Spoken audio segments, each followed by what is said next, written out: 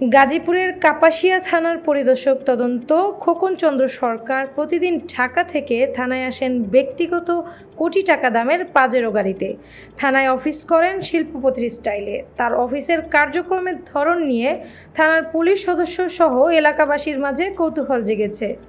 কে এই রাজপুত্র? কিভাবে এত দ্রুত বিশাল বিত্ত বৈভবের মালিক হয়েছেন?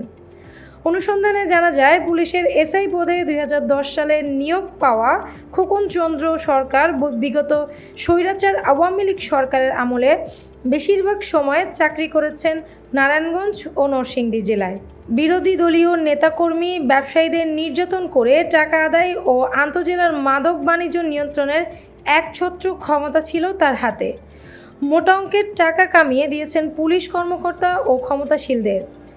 নারায়ণগঞ্জ ও নরসিংদীর গোয়েন্দা পুলিশের মূর্তিমান আতঙ্ক এই খোকন চন্দ্র সরকার।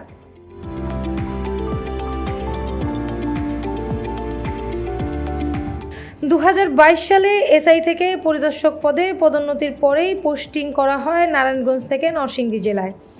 পদোন্নতি পাওয়ার পরেই নরসিংদীতে তাকে করা হয় জেলা গোয়েন্দা পুলিশের ভারপ্রাপ্ত কর্মকর্তা, অনেক সিনিয়র বাদ দিয়েই। 5 আগস্ট সন্ধ্যা পর্যন্ত সশস্ত্রভাবে লড়ে যায় ছাত্র জনতার বিরুদ্ধে গুলি ধর্ষণে। বিরোধী দলীয় এমন কোনো নেতাকর্মী নেই তার হাতে লাঞ্ছিত, অপমানিত ও নির্যাতনের শিকার না হয়। 5 আগস্ট রাতের বেলায় ছদ্মবেশে নরসিংদী থেকে পালিয়ে যায়। তার বিরুদ্ধে বিক্ষুব্ধ অবস্থা দেখা দিলে কৌশলে আন্দোলনরত বহু লোককে নির্যাতন করে নেওয়া টাকা ফেরত দিয়ে মাফ চেয়ে রক্ষা পায়। এত কিছুর পরেও নরসিংদী থেকে গাজীপুরের একটি থানায় পোস্টিং নিয়ে প্রশ্ন উঠেছে, যেখানে তার বিরুদ্ধে মানববিরোধী অপরাধের জন্য মামলা ও বরখাস্ত করে জেলের থাকার কথা। কিভাবে, কার নির্দেশে পোস্টিং পেল থানায়, এ নিয়ে চলছে তোড়জোড় আলোচনা।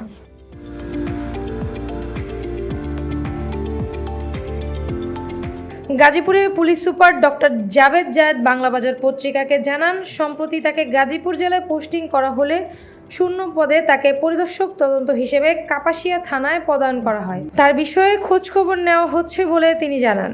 নরসিংদী থেকে গাজীপুর জেলায় পোস্টিং অর্ডার করেছে ঢাকা রেঞ্জ পুলিশ। এ বিষয়ে ঢাকা রেঞ্জের ডিআইজি আওলাদ হোসেন জানান, আমরা নরসিংদী থেকে অন্যত্র পোস্টিং করে দিয়েছি নিয়মিত বদলি হিসেবে। তার বিরুদ্ধে কোনো অভিযোগ আমরা পাইনি। যেহেতু আপনার কাছ থেকে অভিযোগের বিষয়টা আমরা শুনেছি, আমরা তার বিরুদ্ধে ব্যবস্থা নিচ্ছি। কোনো প্রকার যাচাই বাছাই ছাড়া এ ধরনের পদায়ন নিয়ে তিনি জানান, পোস্টিং করতে গিয়ে অনেক সময় যাচাই বাছাই করা হয় না।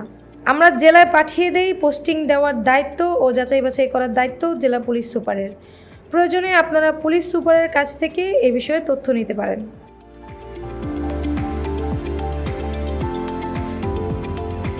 এদিকে পুলিশ কর্মকর্তা খোকন চন্দ্র সাহার বিশাল সম্পদ নিয়ে কৌতূহলী হয়ে উঠেছে নরসিংদী ও কাপাসিয়ার সংশ্লিষ্টরা।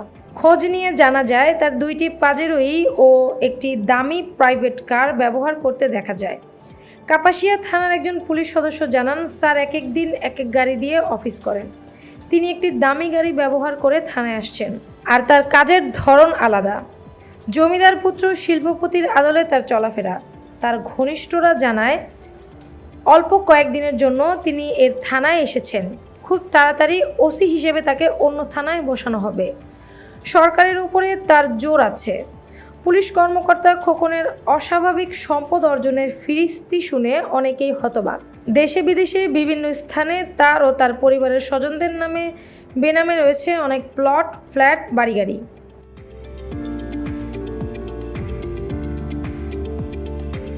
তার হাতে চরমভাবে নির্যাতিত ও অপমানিত নরসিংদীর সাবেক উপজেলা চেয়ারম্যান ও ব্যবসায়ী মঞ্জুর এলাহি জানান, পুলিশ কর্মকর্তা খোকন চন্দ্র সরকার একজন অত্যাচারী, নিষ্ঠুর ধরনের। তার হাতে নরসিংদীর রাজনৈতিক নেতা, ব্যবসায়ী সহ অনেকে নির্যাতিত হয়েছে। আমাকে ধরে নিয়ে জোরপূর্বক 30 লাখ টাকা আদায়ের চেষ্টা করেছিল। টাকা দিতে অস্বীকার করায় চরমভাবে অপমানিত ও নির্যাতিত করেছে।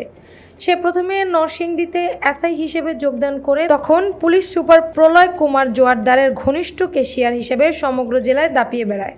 তার নেতৃত্বেই নরসিংদী জেলা থেকে মাদক বাণিজ্য নিরাপদে চলছিল। কিছুদিনের মধ্যে আবার জেলা গোয়েন্দা পুলিশের ওসি হিসেবে দায়িত্ব পান। 5 আগস্ট রাত পর্যন্ত সমগ্র জেলার মূর্তিমান আতঙ্ক ছিল এই খোকন চন্দ্র সরকার। তার হাতে নির্যাতিত অনেকেই মামলার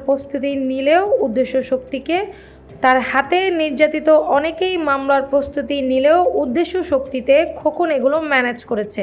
তার অপরাধের বিবরণ এতই নিষ্ঠুর তার জেনে থাকার কথা। নারায়ণগঞ্জ জেলার এসআই হিসেবে দায়িত্ব পালনকালীন সেখানেও তার বিরুদ্ধে বিরোধী দলীয় নেতাকর্মী ও ব্যবসায়ীদের নির্যাতন করে সামারি বাণিজ্যর মাধ্যমে মোটা অঙ্কের টাকা আদায়ের অভিযোগ করেছেন।